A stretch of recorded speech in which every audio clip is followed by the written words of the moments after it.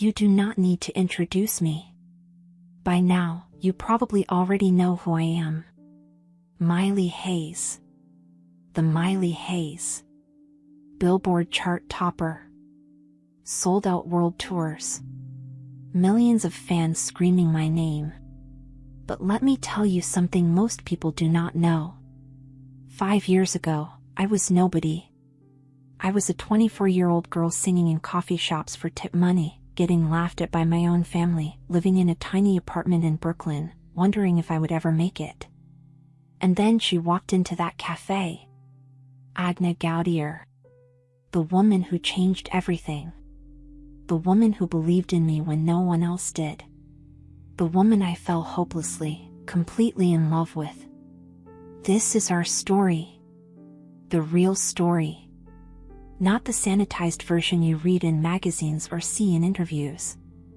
This is the truth about how a nobody became a somebody, and how love saved me when I was ready to give up on everything. So sit back, turn up the volume, and let me tell you how it all began. My name is Miley Hayes, and I am 29 years old now.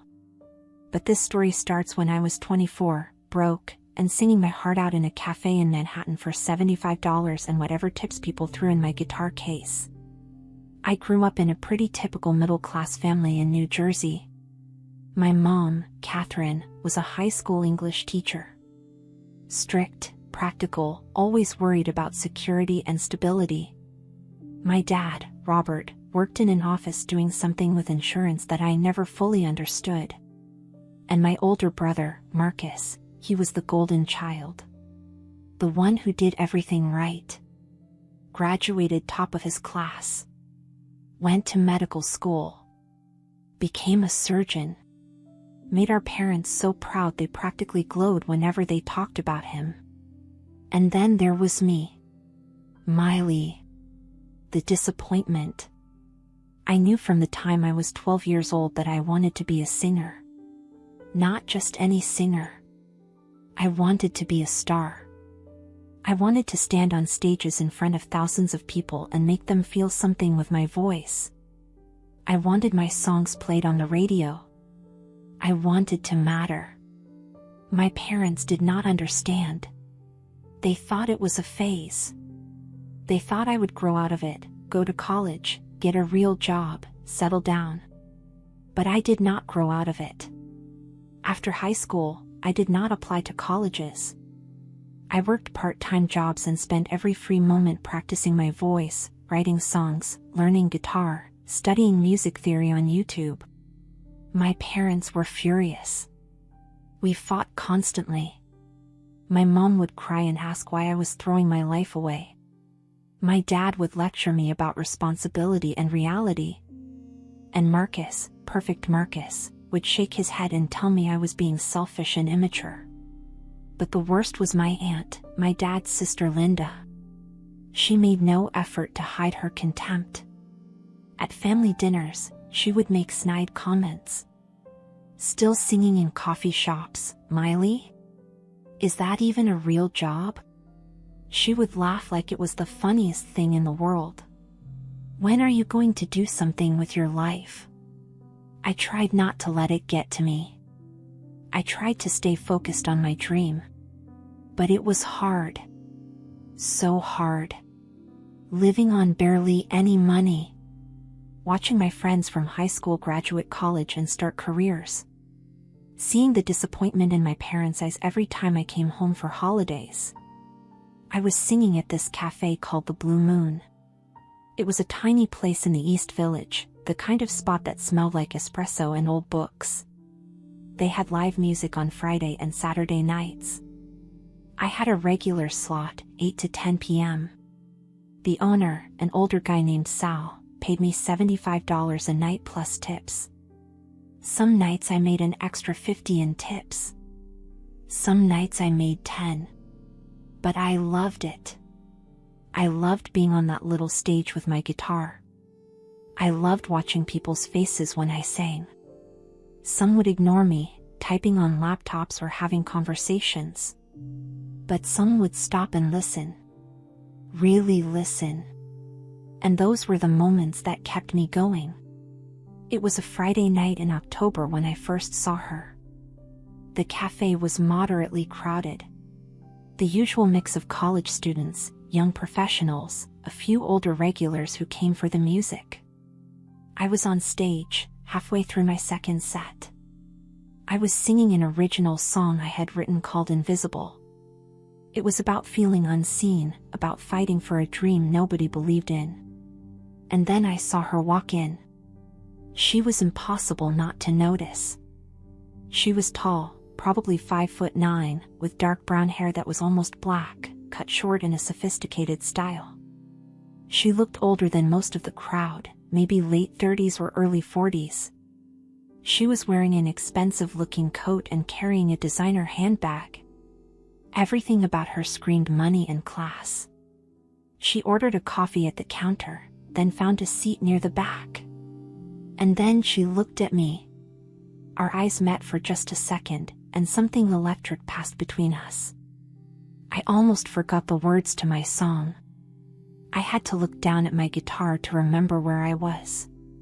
When I looked up again, she was still watching me. Not casually, the way most people watched. Intensely. Like she was trying to figure something out. I finished the song and the small crowd clapped politely. I announced I was taking a short break and stepped off the little stage. I needed water. I needed air. I needed to stop thinking about the beautiful older woman in the back who was looking at me like I was the only person in the room. I went to the counter to grab my water bottle. Sal grinned at me. "Good set tonight, kid. You sound great." "Thanks," I said. "See that woman in the back?" he said quietly. "She has been watching you like a hawk. I think you have got a fan." I glanced over. She was still there, sipping her coffee, those intense eyes still on me. "She is probably just bored," I said, but my heart was racing. I went back for my second set. I sang for another hour. And the entire time, she watched me. When I finished my last song, she stood up. I thought she was leaving. But instead, she walked toward the stage. "Excuse me," she said. Her voice had an accent. German, I thought. "You are very talented." "Thank you," I said. Up close, she was even more beautiful. Sharp cheekbones. Green eyes. A slight smile that seemed both warm and guarded. "Do you write your own songs?" she asked. "Most of them, yeah. They are good. Really good. You have something special." I felt my face get hot. "Thanks. That means a lot." She extended her hand. "I am Agna. Agna Gaudier." "Miley Hayes," I said, shaking her hand. Her grip was firm, confident. "It was a pleasure listening to you, Miley.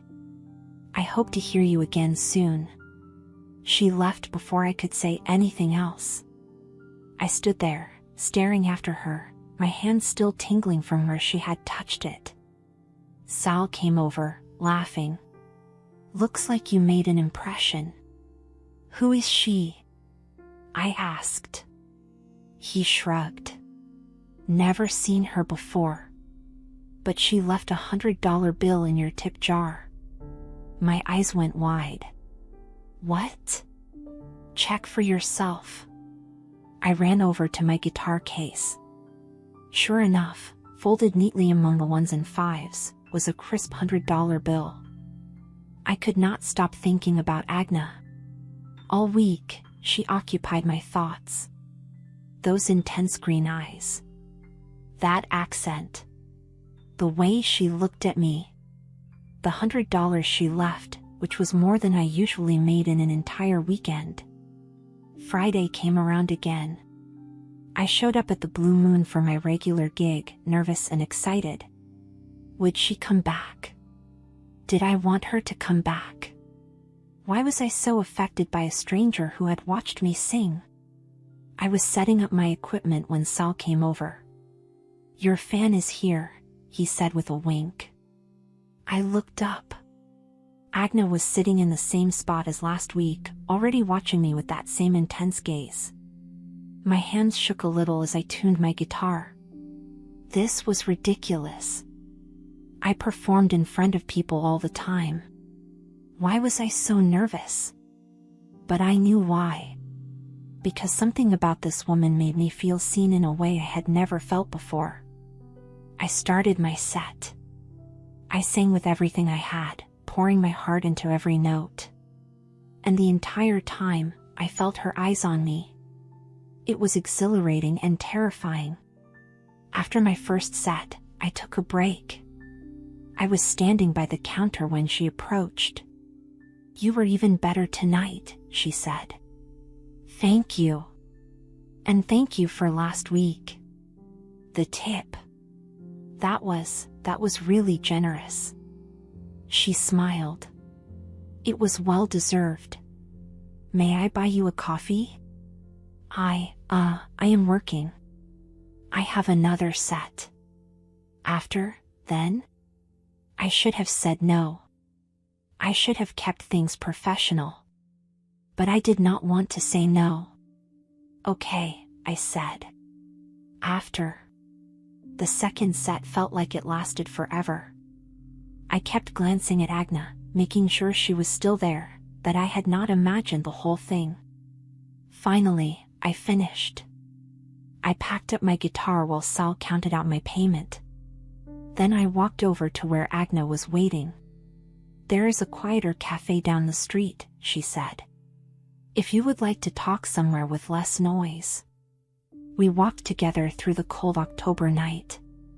The streets were busy with weekend crowds, but I barely noticed. All my attention was on the woman beside me. The cafe she led me to was upscale, the kind of place that served $8 lattes in fancy cups. We found a corner booth and ordered drinks. "So," she said, leaning back and studying me. "Tell me about yourself, Miley Hayes. Why are you singing in small cafes when you clearly have the talent for much bigger stages?" I laughed, but it came out bitter. "That is the dream. But dreams do not pay bills. And not everyone believes in them." "Your family? How did you know?" I recognized that look. That determination mixed with hurt. Someone important does not support you. I found myself telling her everything. About my parents' disappointment. About my brother's success. About my aunt's cruel comments. About how I was 24 years old and sometimes felt like a complete failure. She listened without interrupting, her eyes never leaving my face. "Do you believe in yourself?" she asked when I finished. "Yes. I have to. If I do not, who will? Then that is all that matters." She reached across the table and took my hand. The touch sent electricity through me. The people who truly love you will come around eventually. And the ones who do not, you do not need them anyway. "Is that what happened to you?" I asked. "Someone did not support you?" Her expression darkened. My family had very specific plans for my life. I was raised in a wealthy family in Germany. Old money, old expectations. When I was 30, they arranged a marriage for me with an American businessman. He was 20 years older than me. I did not love him. I did not even know him. But that did not matter to my family. "That is awful," I said. I went through with it. I moved to America, married him, played the dutiful wife for 10 years. And then he died. Heart attack. Sudden. And I inherited everything. I am sorry. Do not be. I know that sounds cold, but I was never happy with him. He was not cruel, but he was not kind either. We lived separate lives in the same house. When he died, I felt relieved. Guilty, but relieved. And now? Now I am 40 years old, widowed, wealthy, and finally free to live life on my own terms. Which is why I admire you, Miley. You are choosing freedom at 24. That takes courage. I blushed. I do not feel very courageous most days. That is because courage is not the absence of fear. It is moving forward despite the fear. We talked for hours. About music, about dreams, about life. I learned that she loved classical music but had recently discovered a passion for contemporary pop and indie. She learned that I had been writing songs since I was 14 and had a notebook full of lyrics I had never shared with anyone. When the cafe started closing, we walked outside. It was nearly midnight. "Can I see you again?" she asked. My heart pounded. "I am here every Friday and Saturday night." "I know. But I meant, can I see you? Outside of your performances? Like a date?" She smiled. "Yes. Like a date." I should have hesitated. She was 16 years older than me. She was clearly wealthy and sophisticated, and I was a broke cafe singer. We came from completely different worlds. But I did not hesitate. "Yes," I said. "I would really like that." Agna and I started seeing each other regularly. At first, we kept things casual. Coffee dates, walks through Central Park, late dinners after my gigs. But it did not take long for casual to become something more. She was fascinating. She had traveled everywhere. Paris, Tokyo, Buenos Aires, Cape Town. She spoke German, English, and French fluently. She knew about art and literature and history. Being with her was like getting an education in how to live a bigger life. But what I loved most was how she made me feel. She listened when I talked about my music like it was the most important thing in the world. She asked thoughtful questions about my creative process. She encouraged me to take risks with my songwriting. And she was attracted to me. I could feel it in the way she looked at me, the way she touched my arm when she laughed, the way she leaned in close when we talked. One night in November, after my Friday gig, we went back to her apartment. I had never been there before. It was in a luxury building on the Upper West Side, with doormen and marble lobbies and the kind of elevator that required a key. Her apartment was stunning. Floor-to-ceiling windows overlooking the city. Modern furniture that looked like it belonged in a magazine. Art on the walls that was probably worth more than I made in a year. "This is incredible," I said, walking to the windows. "It is too big for one person," she said, coming to stand beside me. "But I have gotten used to it." We stood there in silence, looking out at the glittering city. Then she turned to me. "Miley, I need to tell you something." "Okay." "I am attracted to you. Very attracted to you. I have been since the first night I saw you perform.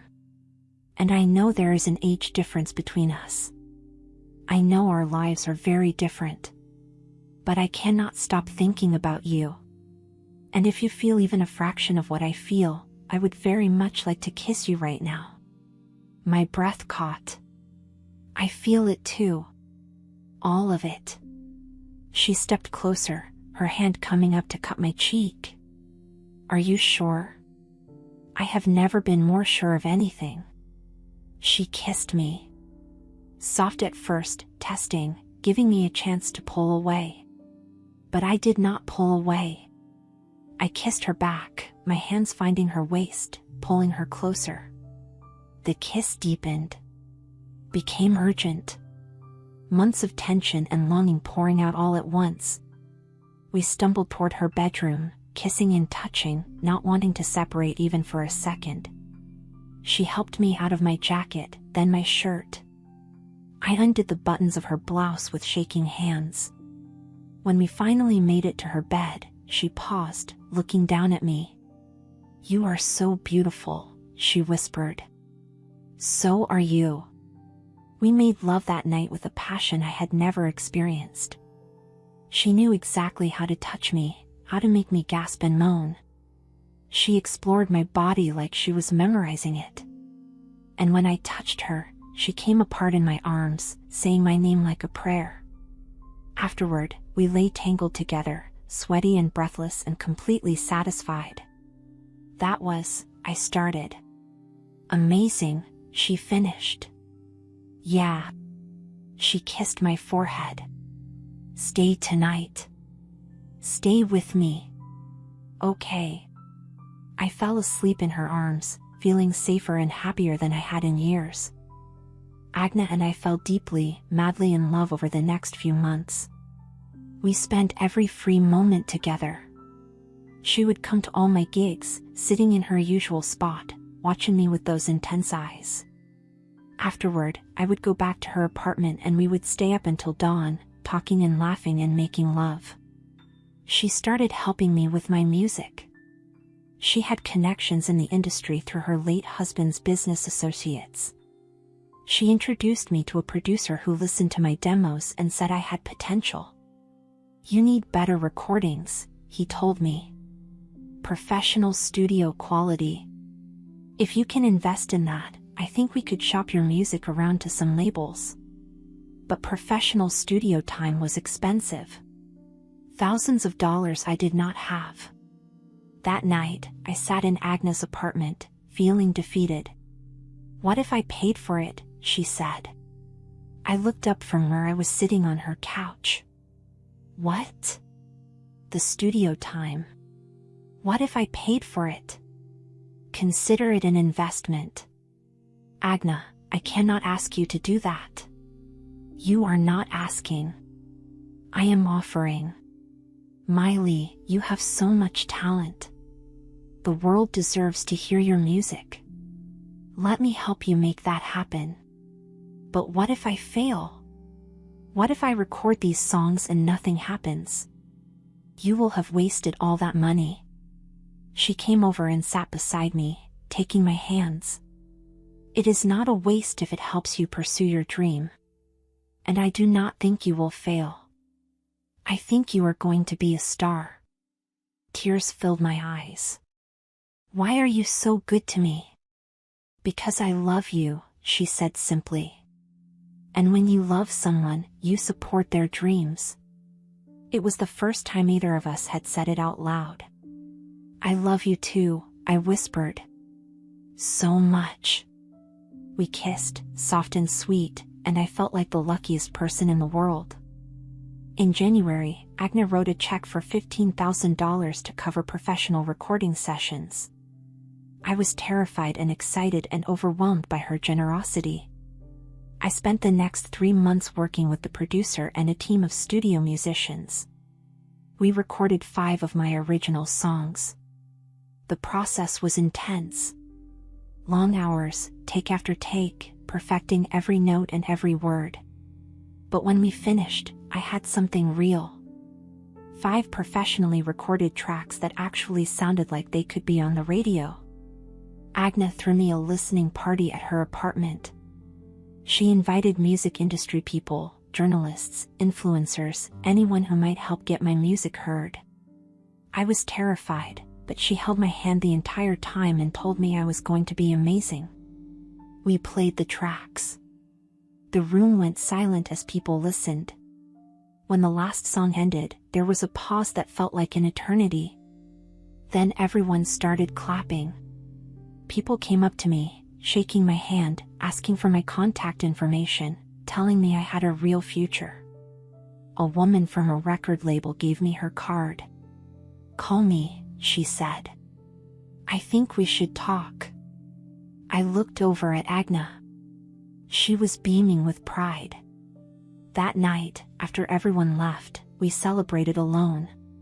"You did it," she said, pulling me into her arms. "You are really doing this." "We did it," I corrected. "None of this would have happened without you." We made love that night with a joy and intensity that left us both exhausted and glowing. The next week, I met with the record label. They offered me a deal. Not a huge deal, but a real one. They wanted to release my 5 songs as an EP and see how they performed. I called my parents to tell them. My mom was cautiously optimistic. My dad was skeptical. "Do not quit your day job yet," he said. But I did not care. I was finally getting my chance. My EP dropped in May. Agna had helped me hire a publicist to get the word out. We did a small release party at a venue in Brooklyn. All my friends came. Agna was there, of course, looking gorgeous and proud. The song started getting played on indie radio stations. Streaming numbers climbed slowly but steadily. Music blogs started writing about me. Fresh voice in pop music. Rising star to watch. It was not overnight success, but it was something. It was momentum. My family's reaction was mixed. My mom bought copies of my EP and played it for her friends at school. My dad remained skeptical but stopped making negative comments. Marcus sent me a text that said, "Congrats. Pretty good," which for him was basically a glowing review. And my Aunt Linda? She did not say anything at all. But I did not need her approval anymore. I had Agna. I had my music. I had a real shot at my dream. Agna and I were happier than ever. We had been together for 8 months and I could not imagine my life without her. We talked about moving in together officially. She had more than enough space, and I was at her apartment most nights anyway. One night in June, we were lying in bed after making love, my head on her chest, her fingers playing with my hair. "I am so proud of you," she said quietly. "Do you know that? You tell me every day." "Well, I am going to keep telling you. Watching you chase your dream has been the most beautiful thing I have ever witnessed." I lifted my head to look at her. "Thank you for believing in me. For supporting me. For loving me. Thank you for letting me be part of your journey." She kissed me softly. "I love you, Miley Hayes. No matter what happens, no matter where your career takes you, I will always love you. I love you too. Always." But our happiness was about to be tested. In July, I got invited to perform at a small music festival in New Jersey. It was a big opportunity. Bigger crowd than I had ever performed for. Industry people would be there. I asked my parents to come. I wanted them to finally see what I had been working toward. I wanted them to understand why I had chosen this path. They agreed to come. Even Marcus said he would try to make it. The day of the festival, I was a nervous wreck. Agna helped me get ready, choosing my outfit, doing my makeup, calming my nerves. "You are going to be incredible," she said, kissing me before I left for the venue. "I will be in the audience, cheering louder than anyone." The festival was outdoors in a park. There were food trucks and craft beer stands and multiple stages. I was performing on the smaller stage, but there were still a few hundred people in the audience. I saw my family arrive. My parents, Marcus, and unfortunately, Aunt Linda had come too. They stood toward the back of the crowd. And Agna was right up front, just like she always was. I got on stage and poured my heart into the performance. I sang my 5 songs from the EP plus a few covers. The crowd was responsive, singing along to the parts they knew, cheering after each song. When I finished my set, the applause was thunderous. I felt like I was flying. After, I found my family. My mom hugged me tight. "You were wonderful, sweetheart. So professional." "Thanks, Mom." My dad nodded. That was really good, Miley. I am impressed. Marcus clapped me on the shoulder. You have got talent, sis. I am proud of you. Even that felt good to hear. Then Aunt Linda spoke up. It is cute, Miley. But is this really sustainable? Can you actually make a living doing this? Before I could respond, Agna appeared at my side. She wrapped her arm around my waist protectively. She already is making a living at it, Agna said coolly. And she will continue to. Miley is incredibly talented and hardworking. The only question is how big her success will be, not if she will have it. Aunt Linda looked Agna up and down. And who are you? I am Agna. Miley's girlfriend. The silence was deafening. My mom's eyes went wide. My dad looked confused. Marcus raised his eyebrows but said nothing. Aunt Linda's mouth fell open. Girlfriend, my mom finally said. Yes, I said, taking Agna's hand. Agna is my girlfriend. We have been together for 8 months. I should have told you sooner, but I was waiting for the right time. You are gay, my dad said. Yes, Dad. I am gay.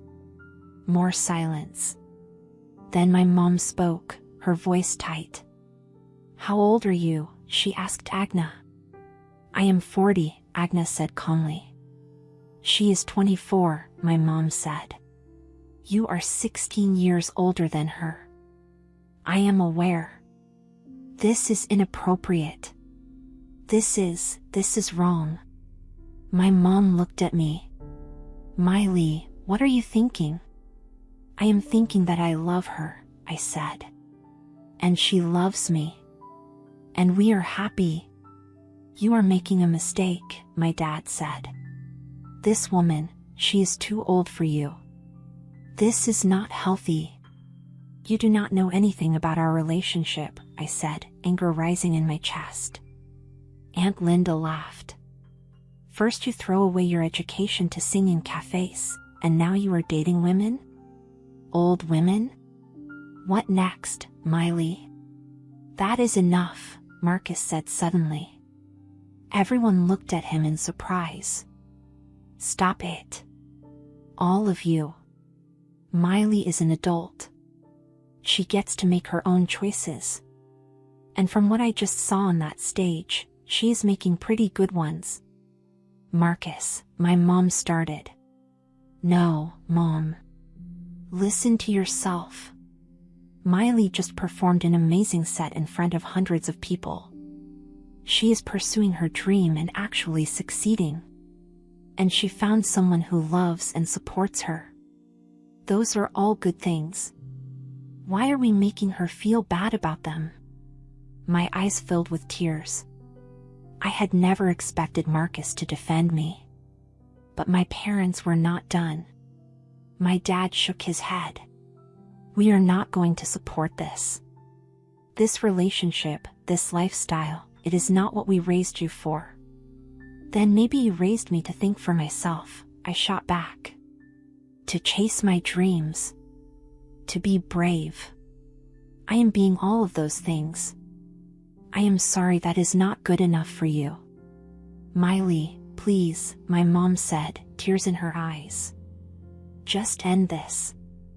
End this relationship. Stop this music thing. Come home. Go to college. We can pretend none of this happened. No, I said. I am not giving up my music. And I am not giving up Agna. I love her. If you cannot accept that, then I guess we have nothing more to say to each other.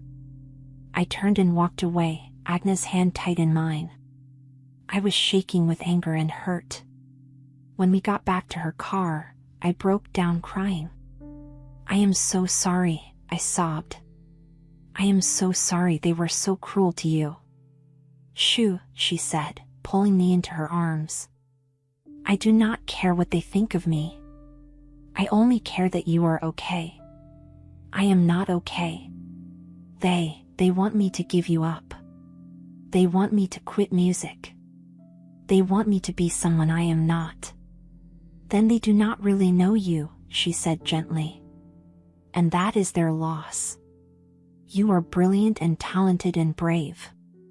And I am honored to be with you. We sat in her car for a long time while I cried. When I finally calmed down, I looked at her. I am not giving you up, I said. No matter what they say. I am not going anywhere, she promised. We are in this together. The next few weeks were rough. My parents called constantly, trying to convince me to come to my senses. My mom cried on the phone about how I was throwing my life away. My dad lectured me about making responsible choices. Only Marcus seemed to understand. He texted me privately.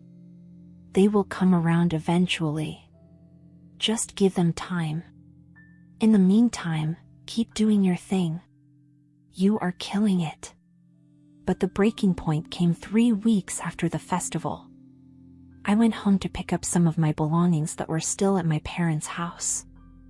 Things I had left behind when I moved to the city.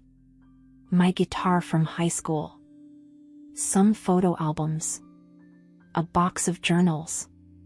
My parents were waiting for me. They sat me down at the kitchen table like I was a teenager in trouble. We have been talking, my mom said. And we think you need to end this relationship with Agna. We have already discussed this, I said. I am not doing that.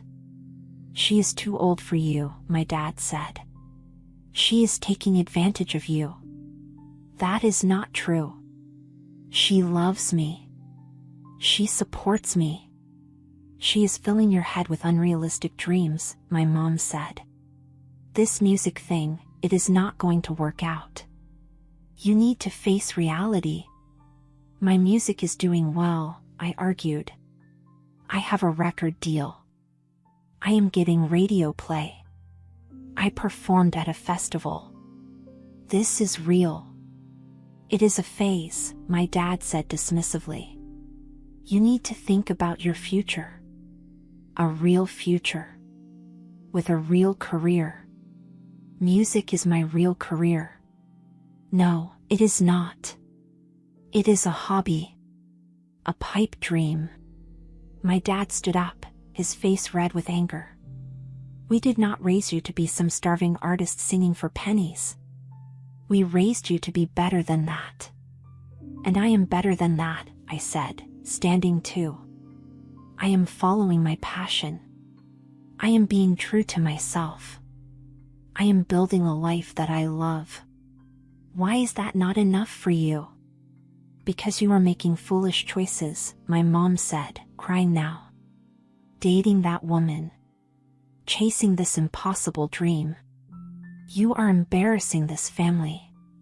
Then maybe I should not be part of this family anymore. The words hung in the air. Miley, my mom gasped. I mean it. If you cannot accept who I am, what I do, who I love, then there is no point in me being here. My dad's eyes went cold. Fine. If that is how you feel, then leave. But do not come crying to us when this all falls apart. I went upstairs to my old room to grab my things.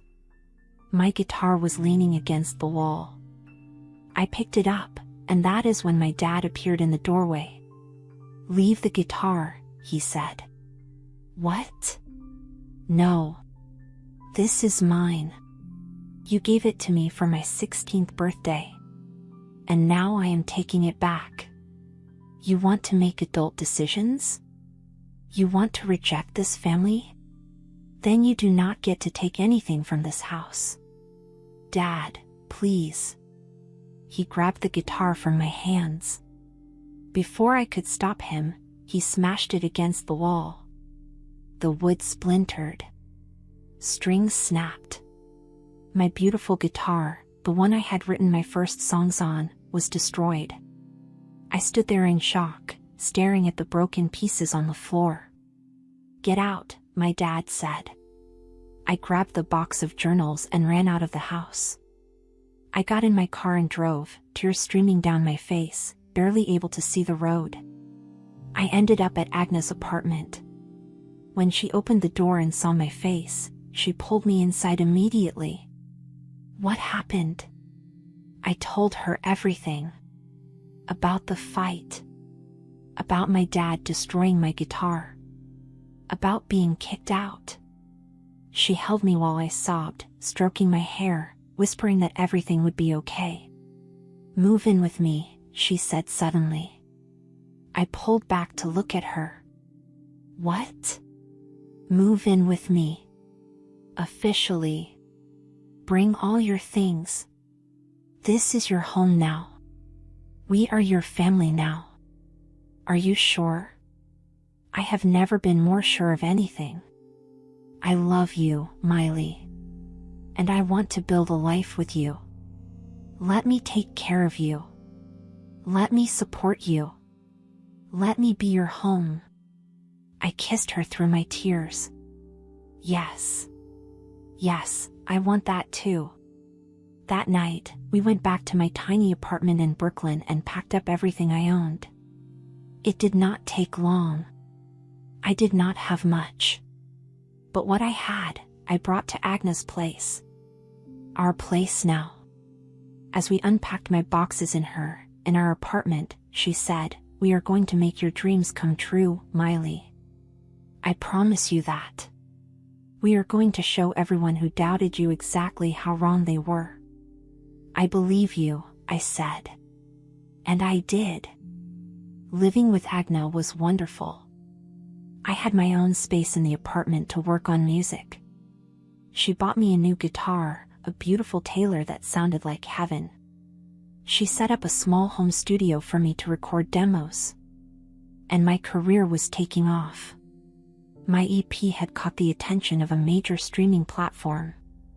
They featured me in a playlist, and suddenly my numbers exploded. Tens of thousands of new listeners. Hundreds of thousands of streams. The record label wanted me to record a full album. They increased my budget. Assigned me a team. Suddenly I had a manager, a publicist, a whole support system. Agna was there through all of it, cheering me on, helping me make decisions, keeping me grounded. Do not forget who you are, she would remind me. Do not forget why you started making music in the first place.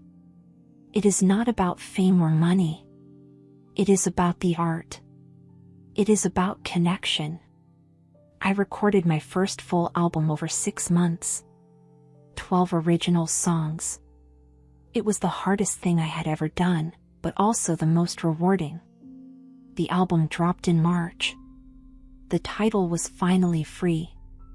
It was about breaking away from expectations, finding yourself, choosing love over fear. The reception was incredible. Critics loved it. Fans loved it. The singles started climbing the charts. I went from playing cafes to playing real venues. 100-seat clubs. Then 1,000-seat theaters. My face was on billboards. My songs were on the radio. I was doing interviews with magazines and podcasts and TV shows. I was becoming famous. And through it all, Agna was my rock. She came to every show. She helped me stay humble when the attention got overwhelming. She reminded me to rest when I was pushing too hard. I am so proud of you, she would say, holding me at night.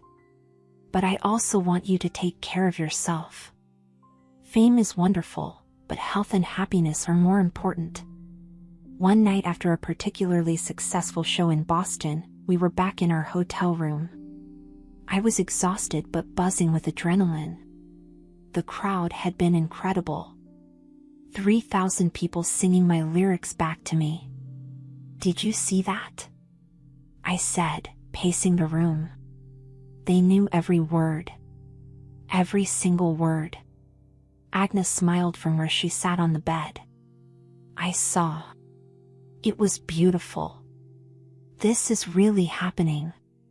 This is actually happening. She stood and came over to me, putting her hands on my shoulders to stop my pacing. It is happening because you are talented and you worked hard. You earned this, Miley. I looked into her eyes. We earned this. You made this possible. The studio time, the belief, the support. I would not be here without you. You would have found a way, she said. Maybe it would have taken longer, but you would have found a way. You have too much fire in you to be stopped. I kissed her deeply. I love you. I am going to love you forever. I love you too. Now come to bed. You have another show tomorrow and you need sleep. We made love that night, slow and tender, celebrating not just my success but the life we were building together. By summer, Finally Free had gone platinum. I was playing arenas now. My face was everywhere. I had millions of followers on social media. I was living the dream I had imagined since I was 12 years old. But success came with complications. The media was obsessed with my relationship with Agna. Pop star dating older woman. Miley Hayes' controversial romance. The age gap was constantly scrutinized. People had opinions about us, about our relationship, about whether it was appropriate. At first, it bothered me. I would read comments online and get upset. But Agna taught me to ignore the noise. The only opinions that matter are ours, she said. We know what we have. We know our love is real. Everyone else can think whatever they want. I also became more vocal about being gay. I did not want to hide any part of myself. If young LGBTQ kids were looking up to me, I wanted them to see someone who was proud and authentic. I started incorporating rainbow colors into my stage designs. My costumes featured LGBTQ pride elements. At every show, I would dedicate a song to everyone out there who has ever been told they were not enough just for being themselves. The response from the LGBTQ community was overwhelming. I got thousands of messages from fans telling me I gave them courage to come out, to be themselves, to chase their dreams. It was humbling and beautiful and exactly why I made music in the first place.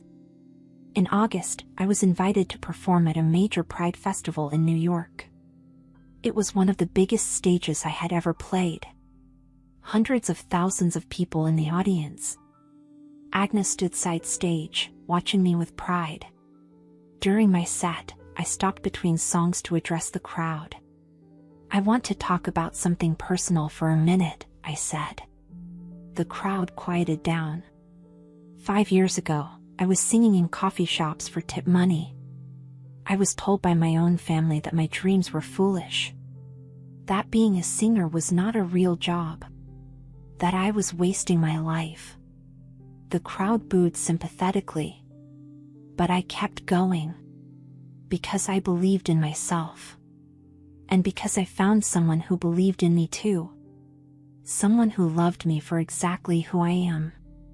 Someone who supported me when no one else would. I looked over at Agna.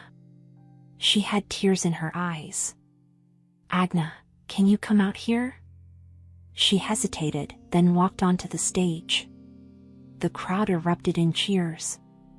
I took her hand. This woman right here changed my life. She saw something in me when I was nobody. She invested in my dream when it was still just a dream. She loved me when I felt unlovable. And she has stood by me through every step of this incredible journey. Agna was crying now. I love you, I said, loud enough for the microphone to catch. I love you with my whole heart. And I am so grateful that I get to share this moment with you. The crowd went absolutely wild. Cheering, clapping, crying. I kissed her right there on stage, in front of hundreds of thousands of people. It was bold and public and perfect. When we pulled apart, Agna was laughing through her tears. You are crazy, she said. Crazy about you, I said. That moment went viral. Videos of us kissing on stage were everywhere. Some people loved it. Some people criticized it. But I did not care. I was done hiding. I was done caring what anyone thought. My second album came out the following year. It was even more successful than the first. I went on a world tour. Agna came with me to every stop she could, and when she could not come because of her own business commitments, we would video call every day. The tour was exhausting but exhilarating. I performed in countries I had never even visited before. I met fans from all over the world who told me my music meant something to them. One night after a show in London, Agnes surprised me by showing up at my hotel.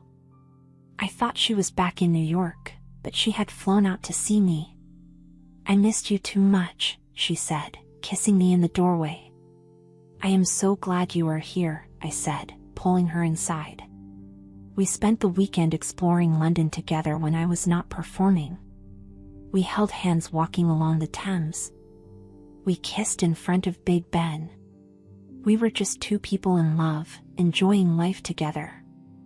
I want to ask you something, Agnes said one evening as we sat in a pub having dinner. What is it? Marry me. I nearly choked on my drink. What? She smiled. I know it is sudden. But Miley, I love you more than I have ever loved anyone. You are my partner, my best friend, the love of my life. I want to spend forever with you. So, will you marry me? Tears streamed down my face. Yes. Yes, of course yes. She pulled out a ring, a beautiful diamond band, and slid it onto my finger. People in the pub noticed and started clapping and cheering. We kissed, and I felt like my heart would burst with happiness. We got married 6 months later in a private ceremony in the Hamptons. Just close friends and a few industry people who had become like family. My brother Marcus came. He had fully accepted me and Agna by this point and had become one of our biggest supporters. My parents were not there. They had not spoken to me since the day my father destroyed my guitar. Marcus said they were slowly coming around, that they listened to my music sometimes, but they were not ready to accept my relationship with Agna. It hurt, but I was learning to make peace with it. Not everyone would understand or accept me. And that was okay. I had found my own family. The wedding was beautiful. I wore a custom white suit. Agna wore a stunning gown.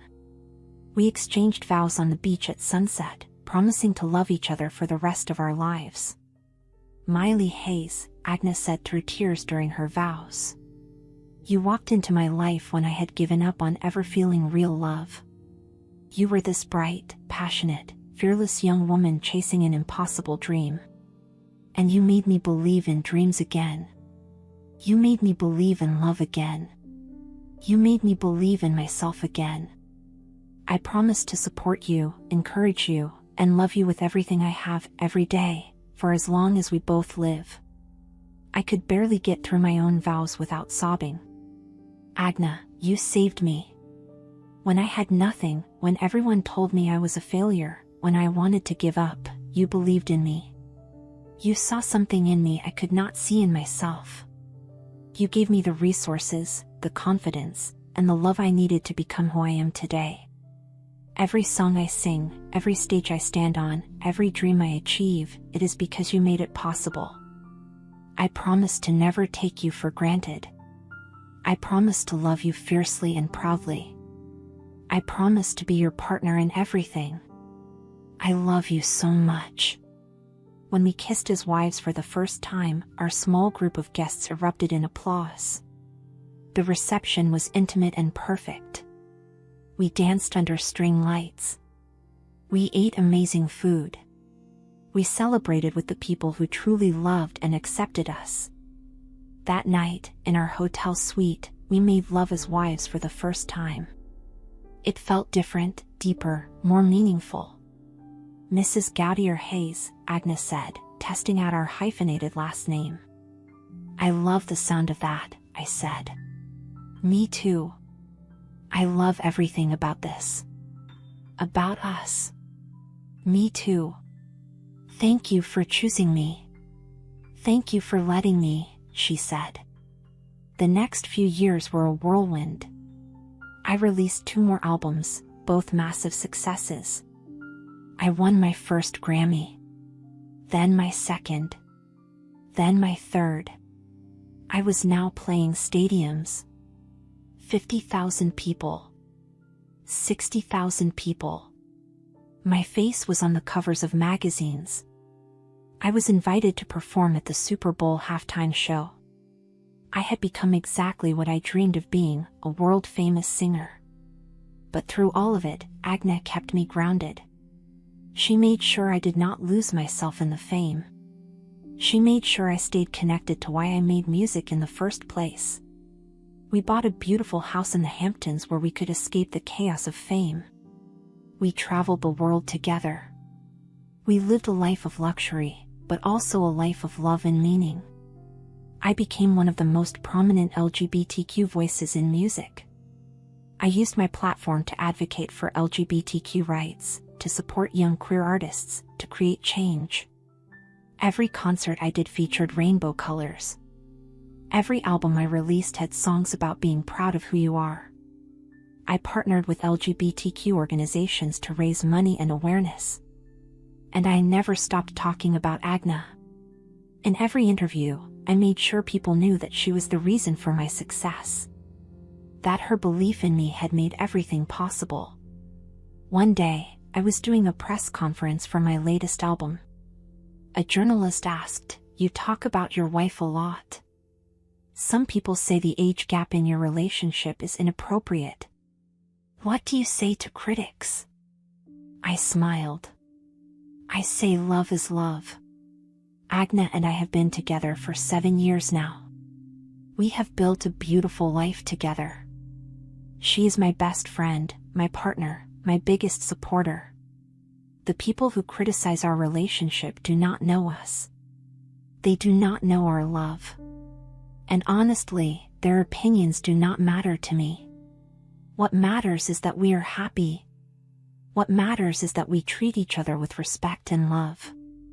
Age is just a number. Love is what is real. The room applauded. After the press conference, I got a text from a number I did not recognize. That was a beautiful answer. I am proud of you. This is Marcus. Mom and Dad saw the press conference. They want to talk to you. My heart stopped. I called Marcus immediately. What do you mean they want to talk to me? I asked. They have been watching your career, he said. They listen to your music all the time. They watch your interviews. They brag about you to their friends. They are proud of you, Miley. They just have not known how to tell you. It has been 7 years, Marcus. 7 years of silence. I know. And they know they messed up. They want to make things right. Will you at least hear them out? I talked to Agnes about it that night. What do you think I should do? I asked. That is up to you, my love. I will support whatever you decide. But I will say this, if they are genuinely apologizing, if they are genuinely accepting you now, it might be worth hearing them out. Not for them, but for you. So you can have closure, one way or another. I thought about it for a few days. Finally, I agreed to meet them. We met at a cafe in Manhattan. Neutral territory. Agnes offered to come with me, but I told her I needed to do this alone.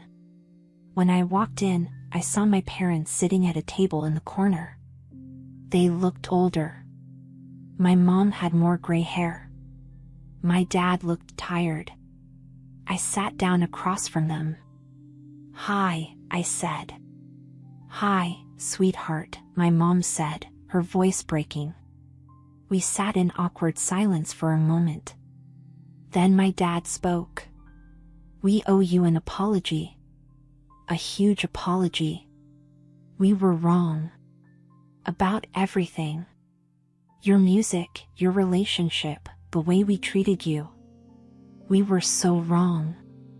We let our own fears and prejudices get in the way of supporting our daughter," my mom said, tears streaming down her face. "We thought we were protecting you, but we were just pushing you away. And we are so sorry." I felt tears building in my own eyes. "Do you have any idea how much you hurt me? How much I needed you and you were not there?" "We know," my dad said. "And we will regret that for the rest of our lives. But Miley, we want to try to make it right. We want to be part of your life again. If you will let us." "What about Agna?" I asked. "What about my being gay?"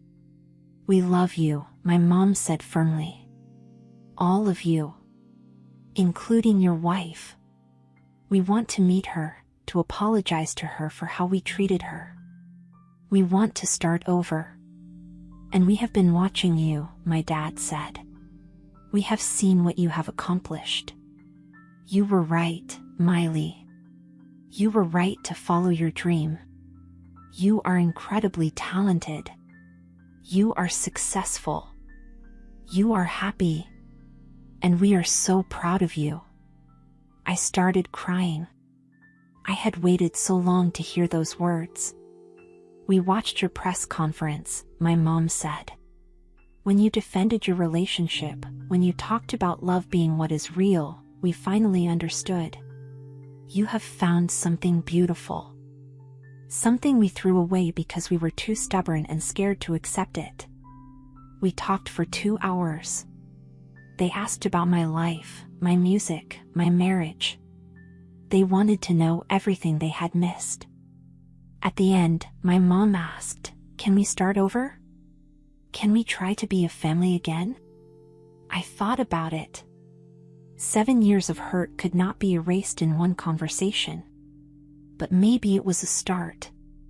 "We can try," I said. "But you need to understand something. Agna is my wife. She is my family. If you cannot fully accept her, then we cannot move forward." "We accept her," my dad said. "We want to know her. We want to be part of both your lives." Over the next few months, we slowly rebuilt our relationship. My parents came to one of my concerts and met Agna afterward. My mom hugged her and apologized for how she had treated her years ago. Agna was gracious and kind, willing to give them a chance. We started having family dinners. Slowly, carefully, we became a family again. It was not perfect. There were still awkward moments, still things we were learning to navigate. But it was progress. One night at dinner, my mom said, "Miley, I need you to know something. I listen to your music all the time. And it is not just because you are my daughter. It is because you are genuinely talented. You make beautiful art. And I am so sorry I did not see that sooner." "Thank you, Mom," I said, tears in my eyes. "And Agna," my dad said, turning to her. "Thank you for taking care of our daughter when we failed to. Thank you for believing in her. Thank you for loving her the way she deserves to be loved." Agna smiled. "It is my honor. Miley is the most extraordinary person I have ever known.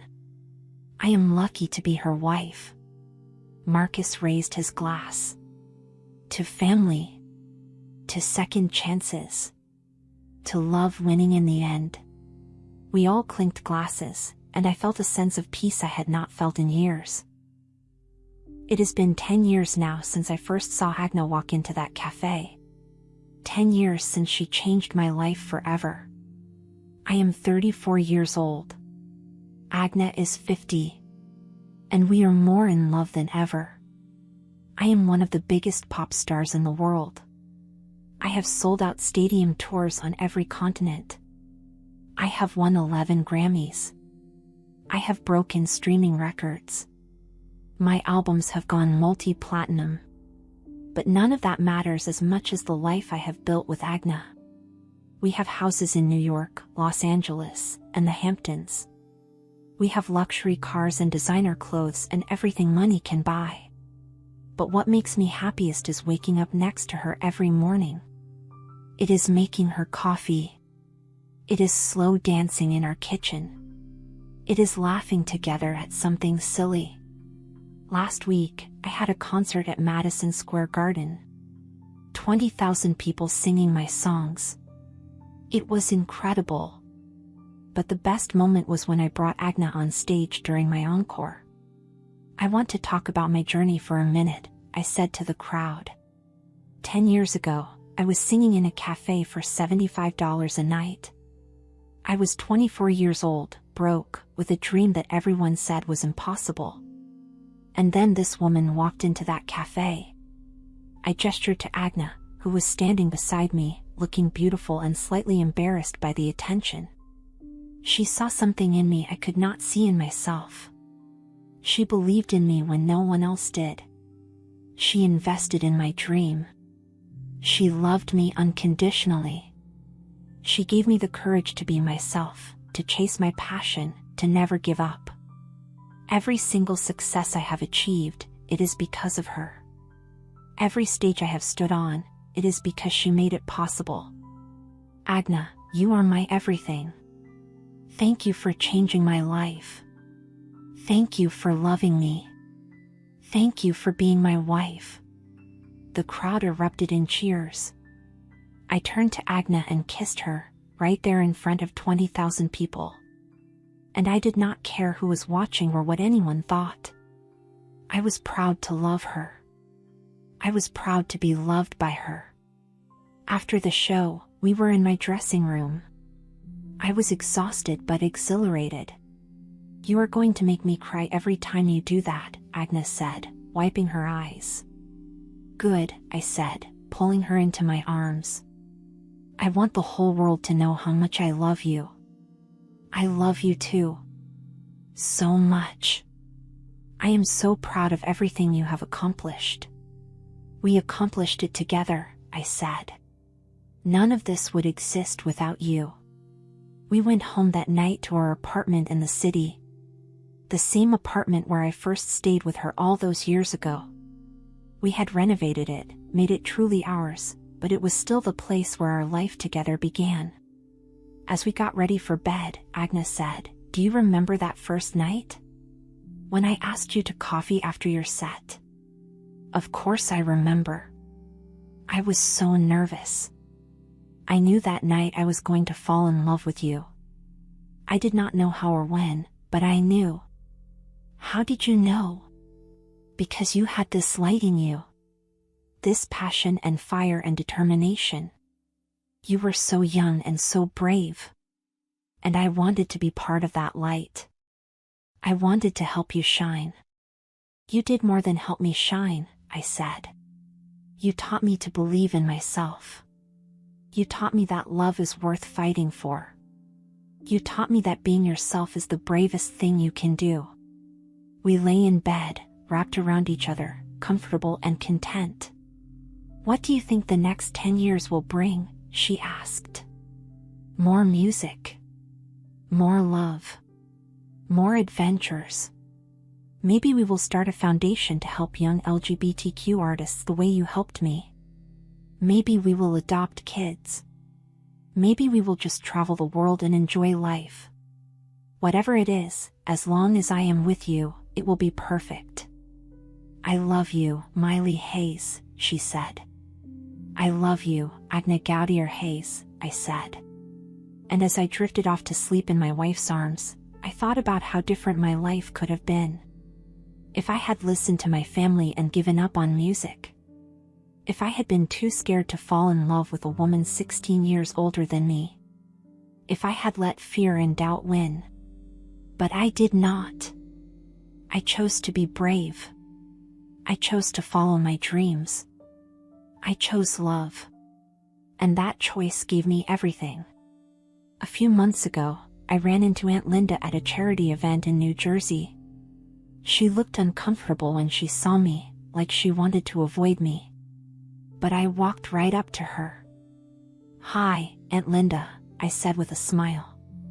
"Miley. I did not know you would be here. I am performing. It is a fundraiser for LGBTQ youth. I am headlining." She looked uncomfortable. That is wonderful. "You know," I said, "I remember you asking me once if singing was even a real job." She had the decency to look ashamed. I leaned in close and said, "Yes. This is a real job. And I am really good at it." Then I walked away, head held high, to prepare for my performance. Later, Agna asked me how it felt to see her. "It felt good," I said honestly. "It felt like closure. Like I do not need her validation anymore. I do not need anyone's validation except my own. And yours. You have always had mine," Agnes said.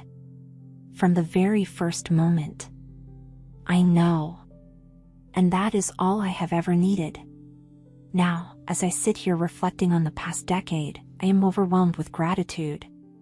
Gratitude for every struggle that made me stronger. Gratitude for every person who doubted me and gave me something to prove. Gratitude for every moment of pain that led to growth. But most of all, gratitude for Agna. For seeing me. For believing in me. For loving me. For being my partner in this extraordinary life. My brother called me yesterday. He said Dad has my albums framed on the wall in his office now. He tells everyone about his daughter, the famous singer.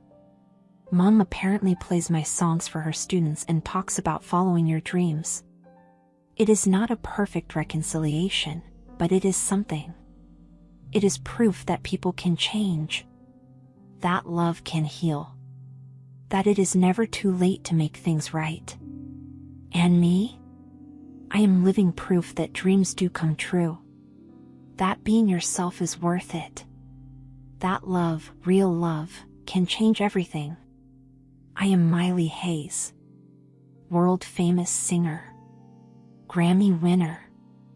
LGBTQ icon. Wife to the most incredible woman in the world. But more importantly, I am someone who refused to give up. Someone who chose authenticity over acceptance. Someone who believed in love even when love seemed impossible.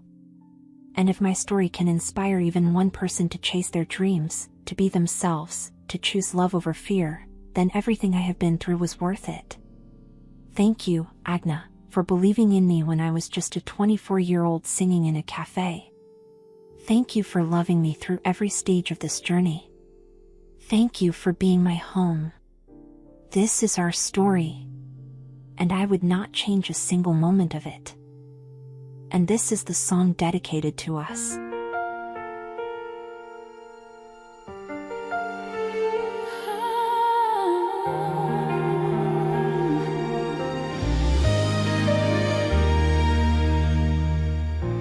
I was lost inside my lonely night,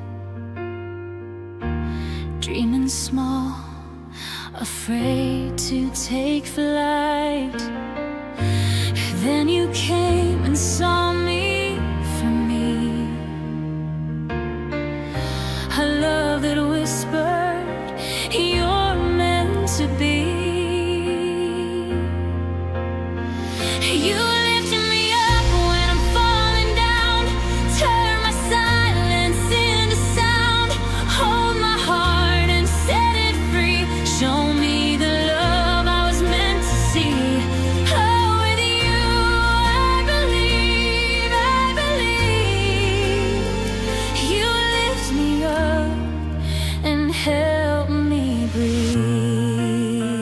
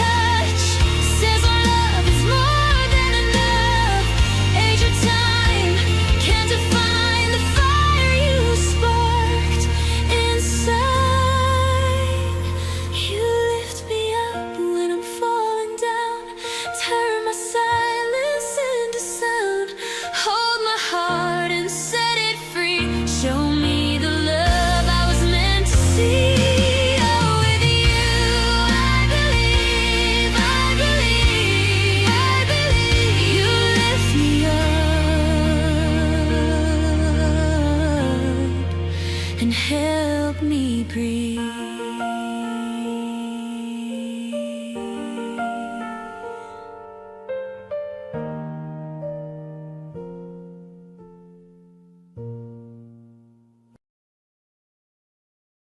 Thank you for watching Sapphic Story Hour. Please like, subscribe, and share your thoughts in the comments. Until next time, bye-bye.